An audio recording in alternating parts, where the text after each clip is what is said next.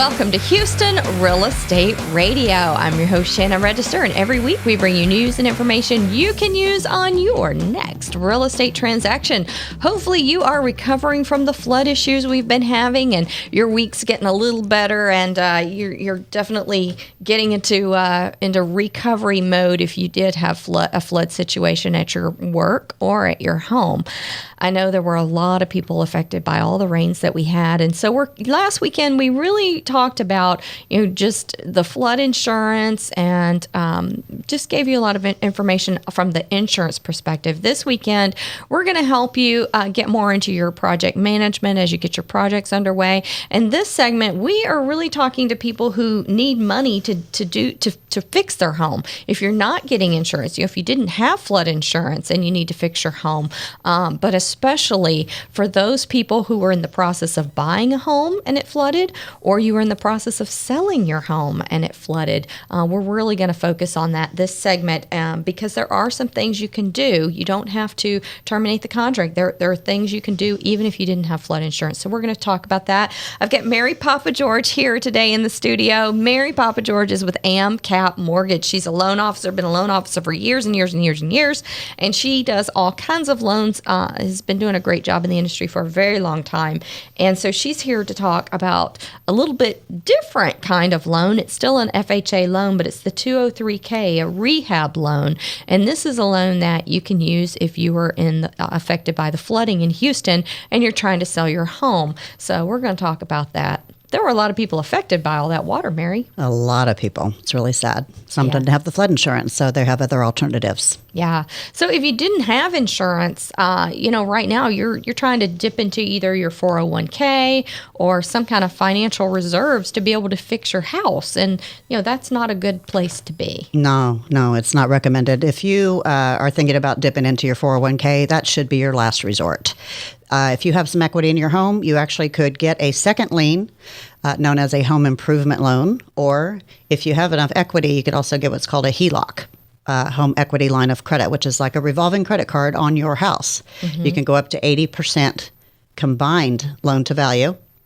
So if you have a $100,000 house and you only owe, let's say, $50,000, you could actually go up to $80,000 and get approximately $25,000 to $30,000 as a second lien that would help you with your financing to be able to make all those repairs and fix up your home. So that is an option. We don't personally do second liens, but I definitely can direct you to people that I know in the business who can help you with that. So let's talk about those folks who were in the process of selling their home or had their home on the market and it flooded, and now they've got to buy, they're trying to find a buyer. And they're thinking, do I go in and rehab it, or do I let the buyer come in and rehab it? That way they can choose the flooring they want, paint it the colors they want. So let's talk about the FHA rehabilitation loans that they offer. Okay, so we have a regular 203B, which is a normal FHA type loan. If, let's say, you had less than $5,000, and I mean $4,999 and not a dime over, they actually can do. If your damage costs less than that. Yes. If they're just replacing floors, mm-hmm. You may not need that much. So you can do a regular FHA loan.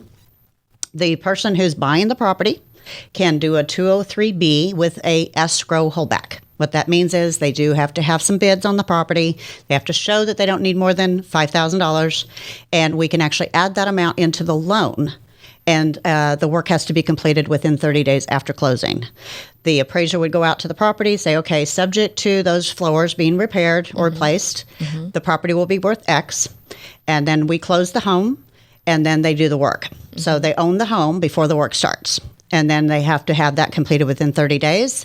The appraiser who started with the project goes out and finishes this project. He goes to make sure that the property has been completed, because they don't want that money going anywhere else but to what it was specified for, which would be the flooring most likely. Right. And I know that right now, if anything that's pretty much under contract right now, they're going to send the appraiser back just to double check to make sure it didn't have any flood damage. Yes. So anything in the process of closing right now is probably going to take a little bit longer to close than you planned. Yes. However, if the appraiser goes back and the appraiser finds damage, you could actually flip your loan over to this 203K and still be able to close kind of on time. I mean, might delay it a little bit, but you could still close. Whereas if you were in a regular conventional loan, they went out to reappraise and found the problem, you're the seller in big would trouble. the seller would have to fix it before it could close. Yeah. And if they don't have flood insurance, which a lot of people were not in a flood area, did not have flood insurance, therefore they're kind of in a sticky wicket, as you might say. They didn't have the money to fix it up. So if it's less than the $4,099, $999, excuse me, they can do the 203B. If it's over that amount and it's just for cosmetics, then they can flip over to a 203K. Now it gets a little more complicated. It's going to not probably stay on time with the closing because you have to provide bids from the general contractor. And the reason you need a general contractor is because there are risk liability insurance, and they only want one person to be responsible. So that person would actually oversee the rest of the trade. So let's say if you had a major rehab and you took on probably 4 to 6 feet of water, right? You're going to have to rip out all of the sheetrock and while you're at it, hey, I like new countertops, so let's throw that in there. And hey, while we're at it, let's remodel the bathrooms and let's just completely redo that house while we're at it. We might as well. So you basically have to get bids for all of that. Make sure, of course, you want to get bids because you want to make sure that you're dealing with reputable companies. They're not going to rip you off because there are some people out there that would do that and take advantage of you. And the general contractor would be the one to oversee all the work. Then they would take draws to pay each of the. Once the work has been completed, then the inspector goes back out to make sure the work's been completed. Then they release a portion of the monies that was held back. And this is a HUD inspector, not the home inspector. Not the home inspector you hired to originally inspect when you went under contract. This is a HUD inspector who comes out and inspects to make sure the work was done properly. Exactly. And so once the work's been completed, so they close on the house first because no one wants to repair someone else's house that they don't own. So if you're doing what we refer to as a streamline 203K, that would be for cosmetics, flooring, nothing major, no moving of walls. Sheetrock is okay, but no restructuring walls. So you can't like remodel your home. That would follow under a true 203K, which is a lot more complicated where you're dealing with more structural type. Maybe a new roof, you have slab issues, you're remodeling, adding a room. One thing they won't allow is for you to do any pools, saunas, outdoor barbecues, things like that. No luxury stuff. Yeah, no luxury. This isn't for luxury. This is for necessity. Exactly. But we'll make sure we mention that because people want to put a pool in and that does not qualify.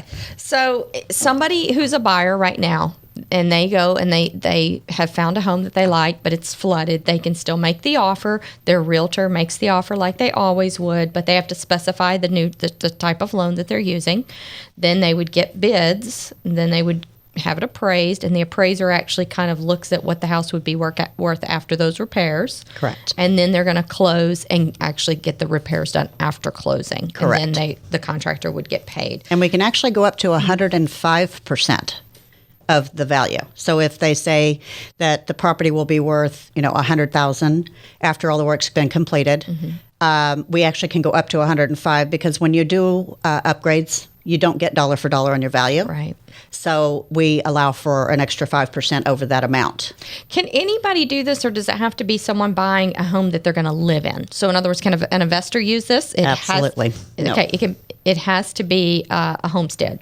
Homestead. It is a primary residence only type loan. FHA is always for a primary residence. It cannot be for an investment. This actually could be a good opportunity for a first-time home buyer to jump into the market using this loan. Absolutely. Finding a distressed seller whose house flooded, jump in. This is an opportunity for them to get the home remodeled and use this 203K rehab loan. Exactly. All right. Well, hopefully this loan is going to save a lot of deals out there on houses that had water damage. So, and again, if you own the home and you're not in the process of buying a home or in the process of selling a home and you had damage, you can of course fall back on a home equity loan. Yes, exactly. All right. We'll be right back after a word from our sponsors here on Houston Real Estate Radio. Mary, if people want to call you and ask you about loans, how can they reach you? 713-569-0025 or TheTexasMortgagePros.com. TheTexasMortgagePros.com. Ask for Mary Papageorge over at AMCAP Mortgage. We'll be right back after a word from our sponsors here on Houston Real Estate Radio.